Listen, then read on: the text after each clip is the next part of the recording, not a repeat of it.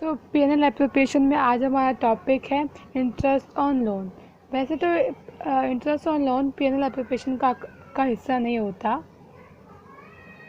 जो interest on loan है वो पीएनएल एप्लीकेशन का पार्ट नहीं होता, वो पीएनएल अकाउंट का पार्ट होता है, जो हमने 11th में या तुमने पढ़ा होगा। ठीक है, ये इसका पार्ट नहीं होता, ये इसका पार्ट होता है। बट येस, क्योंकि इंटरेस्ट ऑन लोन जो है वो पीएनएल एप्लीकेशन को थोड़ा बहुत अफेक्ट करता है, इसलिए हम पीएनएल एप्लीकेशन बनाते वक्त इसके बारे में भी थोड़ा सा पढ़ते हैं कि कैसे देखो ये interest on loan PNL application को अफेक्ट कर सकता है। सो इंटरेस्ट ऑन लोन से जुड़ी हुई दो इम्पॉर्टेंट बातें। पहला, ये चार्ज अगेंस्ट प्रॉफिट होता है, मतलब चाहे प्रॉफिट हो या लॉस हो ये फर्म को देना ही पड़ेगा। ठीक है। दूसरा, इन केस ऑफ साइलेंट, अगर क्वेश्चन साइलेंट है देन रेट क्या होगा, 6% पर एनम। ठीक है। अगर क्वेश्चन में जो गिवन है तो फिर वही दे देंगे जो भी होगा, 10%, 20%। पर अगर क्वेश्चन साइलेंट है तो रेट हमेशा 6% पर एनम होगा। सो कुछ नाम है, जैसे कि पहला है एडवांस्ड, ग्रांटेड लोन। ठीक है, ये कुछ वर्ड है जिससे पता चलता है कि एडवांस का मतलब लोन ही होता है। तो अगर क्वेश्चन में तुम्हें एडवांस दिखे इसका मतलब वो फर्म ने लोन दिया, बस तुम्हें ये देखना है कि किसने किसको दिया। वैसे नहीं, बहुत सारे केसेस में यही होगा कि जो पार्टनर है वो फर्म को लोन देंगे। ठीक है, बहुत रेयर ही होता है कि जो फर्म है वो पार्टनर को लोन दे। हमेशा जो है वो पार्टनर फर्म को ही लोन देगी ज़्यादातर केसेस में, तभी फर्म जो है बदले में 6% का उनको क्या देगी, इंटरेस्ट। ठीक है। एडवांस, ग्रांटेड लोन, ये कुछ मीनिंग वर्ड क्वेश्चन में तुम्हें वर्ड मिलेंगे जिससे पता चलेगा कि तुम्हें कि पार्टनर्स ने फर्म को लोन दिया है। ठीक। सो अब हम समझते हैं कि कैसे जो है इंटरेस्ट ऑन लोन जो है पीएनएल एप्लीकेशन को अफेक्ट करता है। सी फॉर एग्जांपल कि क्वेश्चन में लिखा है कि there is a 5,000 loan on which interest on loan is equal 6%। नहीं भी दिया होता तभी हम 6% लेते हैं क्वेश्चन में। मान लो कोई पार्टनर ए है या बी है, उसने फर्म को लोन दिया है 5,000 का और उस पर इंटरेस्ट ऑन रेट 6% है। ठीक है। और क्वेश्चन में नेट जो प्रॉफिट है वो दे रखा है 5, हाँ जो क्वेश्चन में नेट प्रॉफिट दे रखा है वो है 15,000। ठीक है, 15,000। तो अब देखो, अब नेट प्रॉफिट दिया हुआ है। ठीक है, अब हम क्या करेंगे, फटाफट से एक छोटा सा पीएनएल एप्लीकेशन बना लेंगे। सी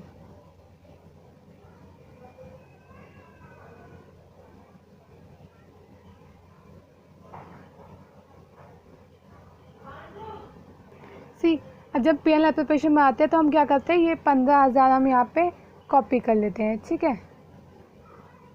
ठीक है, लेकिन अगर क्वेश्चन में गिवन है कि इंटरेस्ट ऑन लोन ऐसे हाईलाइट से दिया हुआ है, इसका मतलब अभी भी वो इसमें से जो इसका इंटरेस्ट ऑन लोन है अभी इसमें से लेस नहीं हुआ है, यानी हम इसकी क्वेश्चन में ना इस प्रॉफिट के पहले, मतलब इससे पहले लिखा होगा net profit before interest on loan. ठीक है, तो इसका मतलब ये ना इस प्रॉफिट की बात करें, profit before interest on loan, क्योंकि मैंने कहा था ना, देखो इंटरेस्ट ऑन लोन लिखा है, प्रॉफिट जो है वो बिफोर इंटरेस्ट ऑन लोन, मतलब वो यहाँ कहीं किसी प्रॉफिट की बात कर रहे हैं। पर हमें पता है जब हम पीएनएल बनाते हैं तो हमें ये वाले प्रॉफिट की ज़रूरत पड़ती है। तो मुझे बताओ, जब profit before interest on loan है मतलब वो यहाँ की किसी प्रॉफिट की बात कर रहे हैं और हमें कहाँ का प्रॉफिट चाहिए, यहाँ। तो मतलब हमें नीचे आना है। देखो यहाँ नीचे आते वक्त हर चीज़ हम माइनस कर रहे हैं, यानी कोई चीज़ हमें जो में से माइनस करनी होगी। ठीक है।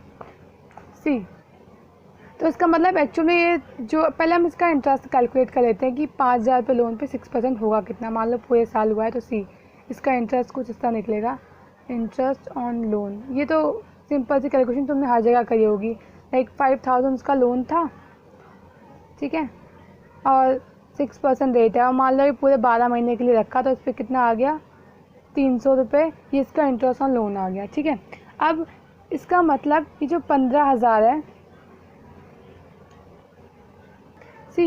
अब देखो ये जो 15,000 है अगर हमारा PNL बना होता है, ठीक है, ये PNL 11th वाला PNL है, देखना, क्योंकि देखो जो सीक्वेंस होता है पहले PNL अकाउंट बनता है, फिर PNL एप्लीकेशन अकाउंट बनता है, ठीक है। तो यहाँ से कहीं वहाँ से ट्रेडिंग अकाउंट से ग्रॉस प्रॉफिट आया होगा, मान लो 15,000 रुपये, ठीक है। ग्रॉस प्रॉफिट मान लेते हैं 20,000 है, ठीक है, 20,000 ट्रेडिंग अकाउंट से आया होगा। अब मान लो यहाँ जैसे तुमने 11th बनाया, कुछ खर्चे होंगे लाइक बाय डेप्रिसिएशन 5,000 रुपये, ठीक है, बाय रेंट 3,000 मान लो, बाय सैलरी, ये स्टाफ वाली सैलरी जो हम आउटसाइडर को देते हैं 5, ठीक है। डेप्रिसिएशन 2,000 है, रेंट 3,000 है। तो अब देखो मान लो सैलरी नहीं है, तो अगर सोचो देखो 20,000 में से इतना हमारा खर्चा हो गया, ठीक है, 20,000 में से 5,000 हमारा खर्चा हो गया, तो हम हमारा नेट प्रॉफिट यही आता था ना, बाय नेट प्रॉफिट, 20 में से ये 5 निकल गया तो हमारा नेट प्रॉफिट कितना आया, 15,000 रुपये, बिल्कुल सही। और यही हमने कहाँ ट्रांसफ़र कर दिया, यहाँ, वही तो नेट प्रॉफिट आता है। देखो नेट प्रॉफिट और आया कहाँ से है, PNL अकाउंट से, इसलिए ऐसे लिखते हैं, बाय नेट प्रॉफिट बैकेंड में नेट प्रॉफिट आया 15,000, सही बात है, ठीक है। ये क्वेश्चन डन, ठीक है। 2020 इधर भी, 2020 इधर भी, क्योंकि 20,000 ग्रॉस प्रॉफिट था, उसमें से 5,000 हमने खर्चा निकाल दिया, तो नेट प्रॉफिट आया 15,000। लेकिन अब एक प्रॉब्लम है, प्रॉब्लम ये है कि क्वेश्चन ने बाद में बताया कि यहाँ पे एक 300 रुपये का इंटरेस्ट, जो मैं देखा था ना एक 300 रुपये का इंटरेस्ट, वो छूट गया। मुझे बताओ ये 300 रुपये आइटम कहाँ का है, यहाँ का है ना, मतलब इस साइड एक और छोटा सा खर्चा था जो आना था पर आया नहीं। अब मुझे बताओ, अब ऑफकोर्स मानेंगे तो है नहीं, क्योंकि हमने पहले ही बता दिया कि जो ये चार्ज अगेंस्ट प्रॉफिट है, मतलब ये देना ही देना है।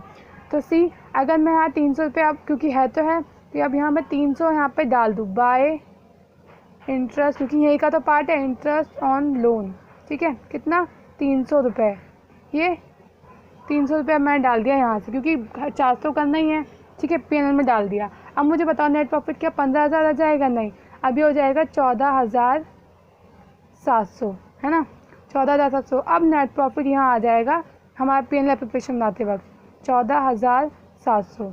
तो पहले 15,000 था, क्वेश्चन में कितना गिवन था 15,000, पर वो गलत था, क्यों, क्योंकि इससे पहले जो अकाउंट बनता है नेट PNL अकाउंट, उसका एक आइटम छूट गया था, तो हमारी इससे पहले जिम्मेदारी बनती है कि उसका एक आइटम उसमें से लेस करें, तो इसलिए हमने पहले लेस कर दिया। सी अगर तो तुम ये तो बड़ा मेथड हो गया। अब मुझे बताओ कि पूरा पुराना PNL बनाना, देन इतना सब कुछ करना इम्पॉसिबल है, तो हम यहाँ पे दोबारा PNL, जैसे हमने क्वेश्चन में तुम्हें PNL बना के दिखाया, पर इतना PNL बनाने से अच्छा है हम ये ना कर दें कि हम यहाँ पे 15,000 जो कि क्वेश्चन में गिवन है, ठीक है, और ये 300 में पता है कि नेट प्रॉफिट को कम ही करेगा, आपको देखो इसने कम कर दिया, तो इसमें से हम 300 यहीं पे लेस कर दें, एंड फाइनली यहाँ 14,700 लिख दें, ठीक है।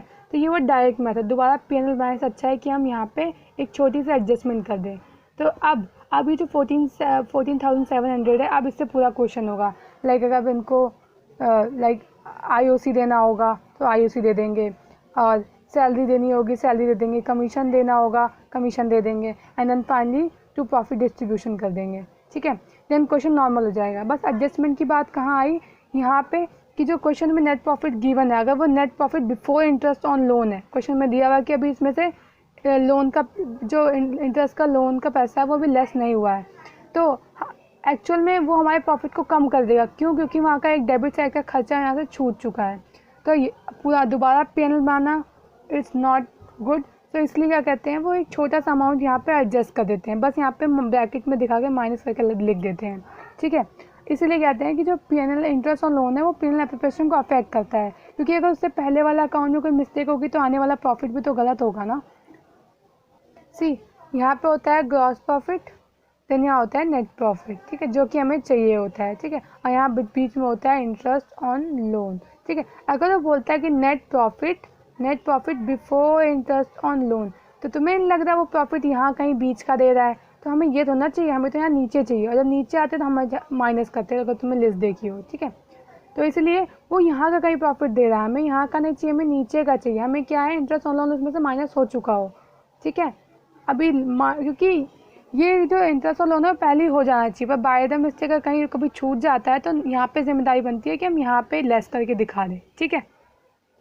तो लेट्स टेक एग्जांपल कि A और B दो पार्टनर हैं, इन्होंने लोन दिया है फर्म को, एक ने दिया है 10,000, एक ने दिया है 5,000, ठीक है, और इनकी लोन की डेट भी है, ठीक है।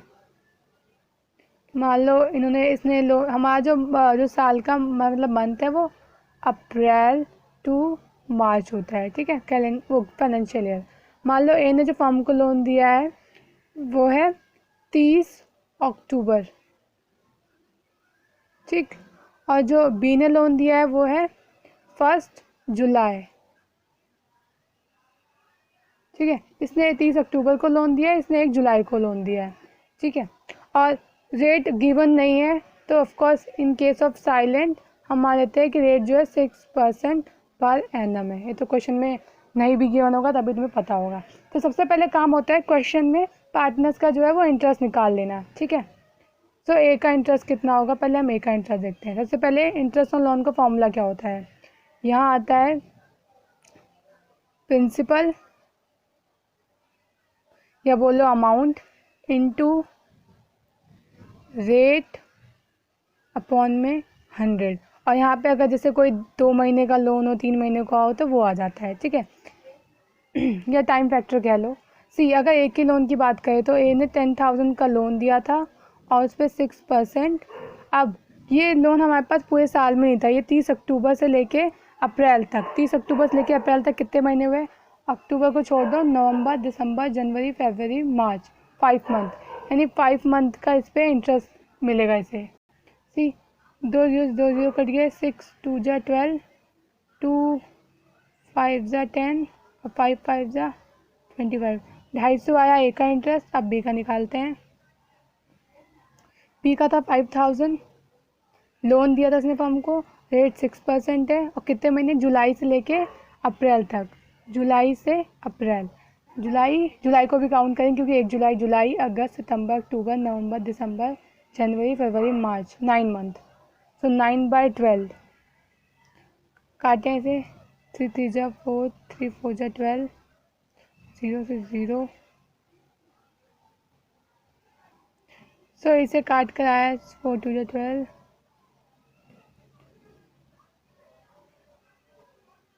225, यानी ए का IOL इतना आया और बी का IOL इतना आया, ठीक है। यानी टोटल IOL आया कितना, 475, ठीक है। यानी हमें टोटल इतना इंटरेस्ट हमें पे करना है आउटसाइडर को, ठीक है।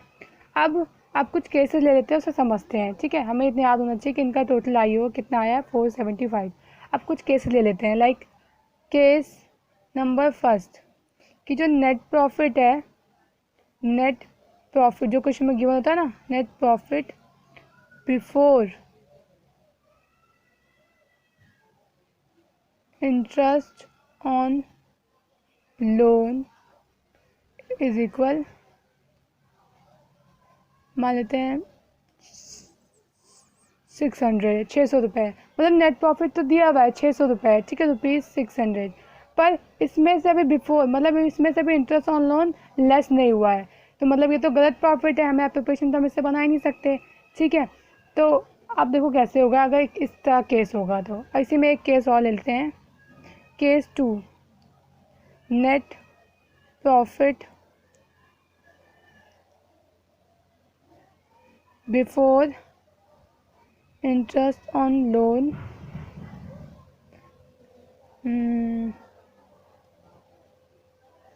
400।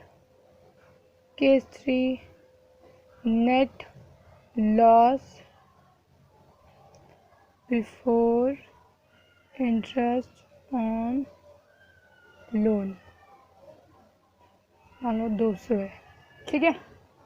सी ये कुछ केसेस हैं इसमें नेट प्रॉफिट तो गिवन है, ठीक है, 600 400 200 नेट प्रॉफिट क्वेश्चन में ये अलग अलग तरह से समझ लो 3 केस हैं, 3 क्वेश्चन हैं। तो ये पहले वाले क्वेश्चन में समझ लो कि 600 प्रॉफिट दिया हुआ है, 600 है, लेकिन बिफोर इंटरेस्ट ऑन, मतलब उसमें से भी इंटरेस्ट ऑन लोन लेस नहीं हुआ है, ठीक है। सेम नेट प्रॉफिट गिवन है पर बिफोर इंटरेस्ट ऑन लोन है, मतलब इसमें से अभी भी IOL मतलब PNL का अकाउंट का एक छोटी सी चीज़ यानी IOL अभी तक लेस नहीं हुआ है। इस बार देखो बच्चे यहाँ नेट लॉस दिया हुआ है, ये नेट प्रॉफिट नहीं है, मतलब जो PNL अकाउंट तुमने 11th से बनाते हैं ना, तो PNL अकाउंट बनने के बाद नेट प्रॉफिट नहीं आया, नेट लॉस आया है, और वो भी किसका 200 रुपये। अभी तुमने पी बनाया होगा, तुमने ये इंटरेस्ट ऑन लोन वहाँ भी मतलब डेबिट साइड लिखना ही भूल गए। एक तो वो लॉस और ऊपर से ये लॉस, ये दोनों चीज़ छूट रही है। तो देखो अब तीनों केस में हम क्वेश्चन करेंगे कैसे। पहले हम कंपेयर करते हैं कि हमारे पास नेट प्रॉफिट 600 है, हमारे पास खर्चा कितना रहना देने को रह गया 475। मतलब कि जो हमारा प्रॉफिट है वो इसे एडजस्ट कर सकता है। हाँ एक्सपेंस इतना, मतलब जो आउटसाइडर को पेमेंट करनी है वो इतनी है, आई मीन जो थर्ड चार्ज अगेंस्ट है वो इतना है, और हमारे पास नेट प्रॉफिट इतना है, तो यानी हम इससे एडजस्ट कर सकते हैं। तो यस हम पेनल एप्रोप्रिएशन अकाउंट बनाएंगे। मैं ऐसा क्यों कह रही हूँ अभी देख तुम्हें पता चल जाएगा। ये है पेनल एप्रोप्रिएशन, ठीक है, छोटा सा ही बनेगा।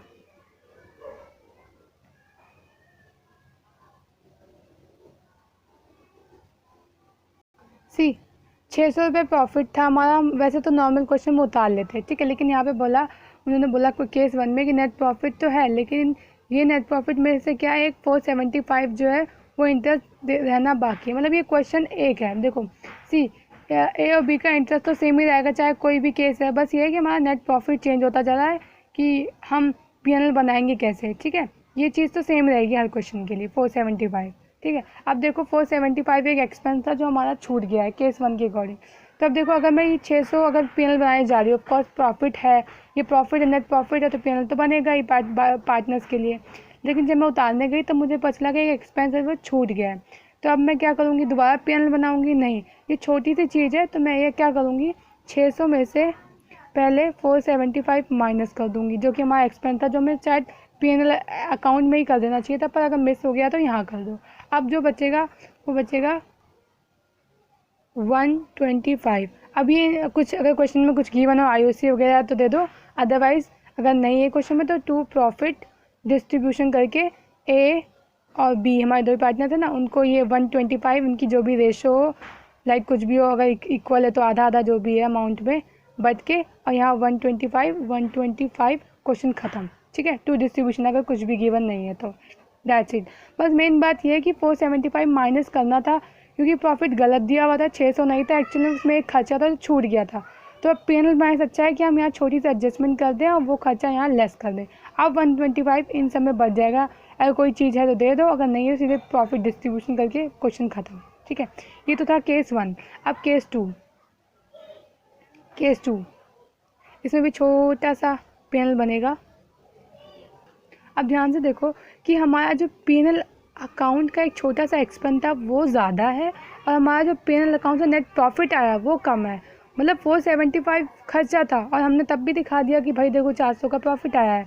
यानी कि सोचो कि यहाँ एक 475 का खर्चा था, ठीक है, और यहाँ पे हम 400 प्रॉफिट दिखा रहे हैं, गलत है ना ये तो। अब जब यहाँ एक खर्चा 475 का और हम यहाँ 400 प्रॉफिट कैसे दिखा सकते हैं, यानी ये प्रॉफिट गलत है। इसका मतलब यहाँ जाओगे वापस, अगर यहाँ पे जाओगे वापस तुम्हें पता चलेगा कि 400 रुपये प्रॉफिट तो फालतू में दिखा रखा है, 475 का एक्चुअली एक्सपेंस है। यहाँ जाके कुछ 75 रुपये का तो यहाँ लॉस आएगा इस साइड, एक्चुअली में ये है, तो यानी ये प्रॉफिट ही गलत है।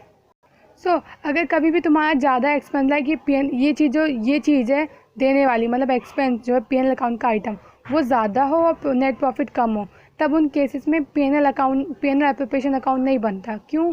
क्योंकि एक तरह से लॉस तुम्हें देख नहीं रहा, लॉस होगा अपने आप ही, ये आइटम ज़्यादा है। अगर हम दोबारा पी बनाने जाएंगे तो अगर मैं यहाँ पे 400 में से 475 माइनस करूँ तो आंसर नेगेटिव में आएगा, और नेगेटिव आना तो कोई बनता ही नहीं है, नेगेटिव मतलब लॉस। तो लॉस के केसेस में पी एप्रोप्रिएशन नहीं बनता।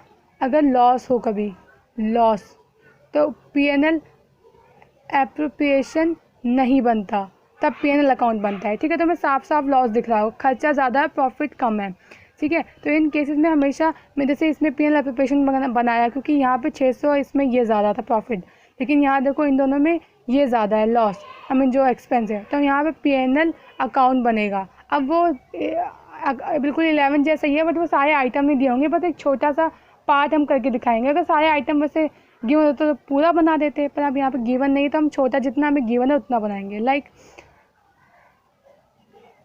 हम ये मान लेंगे दोबारा छोटा सा पेनल बनाएंगे, जो प्रॉफिट हमें 400 दिया हुआ था ना, net profit, of course net profit इधर ही आता है जैसे ग्रॉस प्रॉफिट आता था ना, बाय नेट प्रॉफिट, ठीक है। यहाँ पे लिख लो 400 रुपये। अब ये यहाँ लिख रहे हैं क्योंकि हम एक्चुअल में पूरा वाला नहीं बना रहे, एक छोटा सा वर्जन करके दिखा रहे हैं कि देखो एक्चुअल में नेट प्रॉफिट यहाँ से आना कितना था। ठीक है, तुम्हें यहाँ लिखना है नेट प्रॉफिट बिफोर इंटरेस्ट, क्योंकि ये वही प्रॉफिट था जिसमें भी इंटरेस्ट लेस नहीं हुआ। तो यानी जब हम पीएनएल बनाएंगे और कोई भी देखेगा दोबारा कभी बुक्स में पीएनएल, से पता चल जाएगा कि ये प्रॉफिट जो है इसमें सभी इंटरेस्ट लेस नहीं हुआ है। तो इसलिए ऐसे छोटा सा पीएनएल बनाते हैं दिखाने के लिए, ठीक है, एग्ज़ाम में। सो अब यहाँ हम क्या कर देंगे, एक्चुअल में जो एक्सपेंस था 475 वो लेस कर देंगे बाय इंटरेस्ट ऑन लोन, ए का और बी का। ए का कितना था 250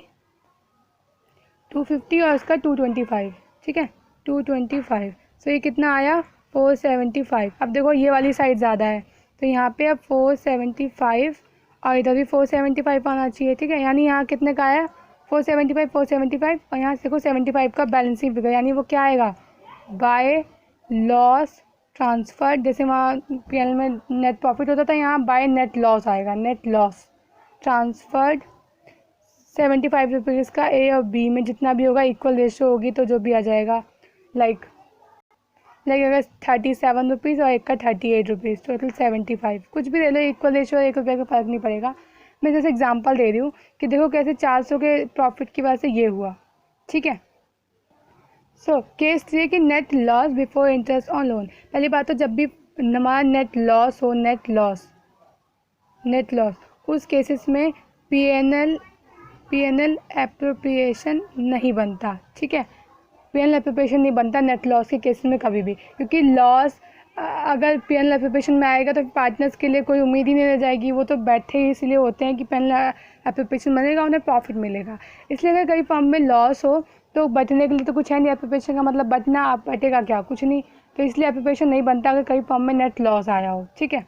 या फिर जो सेकंड वाला केस था कि अगर हमारा जो एक्सपेंस है वो ज़्यादा रह गया हो और प्रॉफिट कम हो, उस केस में भी पीएनएल एप्रोप्रिएशन नहीं, पीएनएल अकाउंट बनता है। तो अगेन यहाँ पीएनएल अकाउंट बनेगा। सी नेट प्रॉफिट इधर आता है और net loss before interest on loan, जैसे वहाँ लिखा था ना नेट प्रॉफिट बिफोर इंटरेस्ट, वैसे यहाँ कितने का है 200 रुपये, ठीक है। अब देखो 200 का तो एक तो ये हो गया और दूसरा उसी का एक 475 क्या बच गया, उसी अकाउंट का था, ये छूट गया 475 खर्चा। सो अब वो भी यहीं लिख देंगे बाय इंटरेस्ट ऑन लोन, कितना ए का बी का 250 275 250 275 250 225, तो ये टोटल हो गया 275, ठीक है। तो यानी इधर का टोटल ज़्यादा है, इधर को तो कुछ है ही नहीं, तो कितना हुआ 475 और इधर भी 475, ठीक है। अब इस साइड क्या आता है बाय नेट लॉस ट्रांसफर्ड, कितना ए और बी में जो भी इनकी इक्वल रेशो, लाइक 400 का आधा 237 238, ठीक है 475 है ना, ए और बी का। ऐसे मैंने जैसे रैंडमली क्वेश्चन लिया। अब ये जो देखो अभी नेट लॉस है, तो देखो एक्चुअल में देखो क्वेश्चन में कैसे ये तो लॉस तो ठीक है, ये तो लॉस तो जैसे ये तो तुरंत पहचान में आ जाएगा नेट लॉस है तो पीएनएल एप्रोप्रिएशन अकाउंट नहीं बनाना, ठीक है। लेकिन देखो सेकंड वाले में कंफ्यूजन हो रही होगी कि यहाँ नेट प्रॉफिट दिया हुआ है, उसके बाद भी हमने पीएनएल अकाउंट बनाया, पीएनएल एप्रोप्रिएशन अकाउंट क्यों नहीं बनाया। सी अगर हम एक्चुअल में देखो, हम अगर एक्चुअल में पीएनएल अकाउंट बनता, मतलब हमें प्रॉफिट ना दिया होता और एक्चुअल में पीएनएल अकाउंट में सही से ये छूटा ना होता ये, ठीक है। तो देखो कुछ ऐसा है तो बनता, मतलब कि 400 यहाँ मतलब जो नेट ग्रॉस प्रॉफिट होता और सारा खर्चा करने के बाद वहाँ से एक्चुअल में तो लॉस ही तो आता, नेट लॉस। एक्चुअल में अगर ढंग से बनता, ये खर्चा लिया जाता तो नेट पीएनएल अकाउंट से आता क्या नेट लॉस, जैसे यहाँ लिखा नेट लॉस ट्रांसफ़र। तो अगेन मैंने कहा ना लॉस के केसेस में तो बनता ही नहीं है पीएनएल अकाउंट। तो एक्चुअली इस तरह चीज़ों को छुपाया जाता है कि देखो प्रॉफिट आने पे पीएनएल एप्रोप्रिएशन बना दो या कर दो, नहीं। एक्चुअल में आप इतना बड़ा खर्चा छोड़कर फिर आप सोचो कि बांट लो आपस में, आपने एक मतलब आउटसाइडर की एक चीज़ छोड़ दी और आप प्रॉफिट बांटने लग गए, ये तो सही बात नहीं है ना। पहले आप उसको पे करोगे, अब पे करके पता चला कि नेट प्रॉफिट नहीं आ रहा था, नेट प्रॉफिट नहीं आ रहा था, नेट लॉस आ रहा था। देखो सेकंड केस में नेट लॉस ही तो आया एट द एंड 37 और 38 75 रुपीज़ का। ठीक है। तो ये एक फुल फ्लैश क्वेश्चन था, मतलब फुल फ्लैश क्या, एक ए और बी का मतलब इंटरेस्ट निकाला हमने, तो दोनों का 475 जोड़ा, देन उस पर 3 केसेस किए कि हमारा नेट प्रॉफिट जो है जब एक्सपेंस के से ज़्यादा हो तो यहीं एडजस्ट कर लो, अगर इस दोनों में ये ज़्यादा हो तो हमें P&L अकाउंट बनाना पड़ता है, क्योंकि एक्चुअल में लॉस ही आया होगा, जाहिर सी बात है, हमारे पास प्रॉफिट तो कम है और देने के लिए तो सारा है, तो ऑफकोर्स लॉस की केस है, जैसा लॉस तुम्हें फील आ जाए तुरंत P&L प्रिपरेशन अकाउंट को नो P&L अकाउंट बनेगा, देन इस तरह की चीज़ें होंगी, छोटा सा P&L, बहुत छोटी सी कैलकुलेशन, ठीक है। एंड देन अगर लॉस दिया हो तो ऑफकोर्स ये यही बनेगा, ठीक। तो बाकी चीज़ें जब क्वेश्चन करोगे तो अपने आप समझ में आ जाएगा।